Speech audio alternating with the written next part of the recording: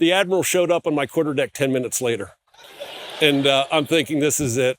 I finally crossed the line. He's going to fire me. I go racing down to the quarterdeck to greet him. And he doesn't say hi. He doesn't say congratulations. He just pokes his finger in my chest and said, "How did you do it?" And I said, "How did I do what?"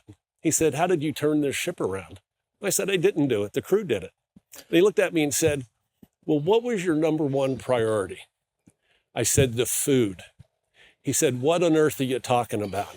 I said, "The day after I take command of the ship, I bring my parents on board to have lunch in the captain's cabin.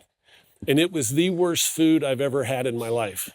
How you can ruin chicken nuggets is beyond me. But my cooks managed to do it. And I'm embarrassed in front of my parents." And then it hit me. If this is what the captain and his guests are eating, what are we feeding the crew? And so I started to tear the whole process apart about how we prepare food and serve it to our sailors. And it starts with, nobody joins the Navy, to be honest with you, to be a cook.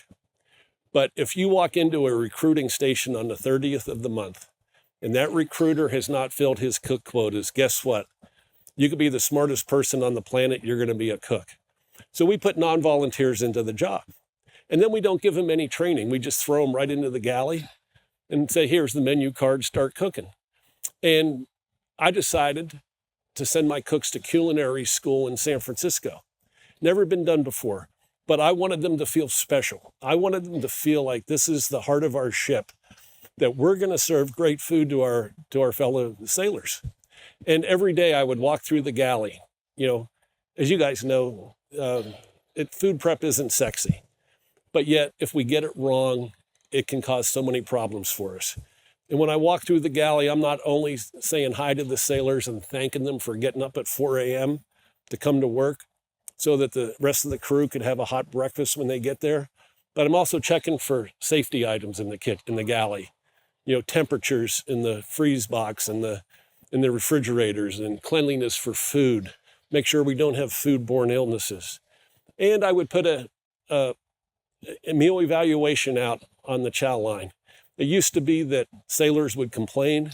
You can still complain, but now you're going to give me recommendations on how to improve things. And so I wanted the crew to be part of the process of how we serve food on that ship. What happened, for the same amount of money that we were serving lousy food, we started serving gourmet quality food, and sailors off other ships in San Diego would come to USS Benfold for lunch every day.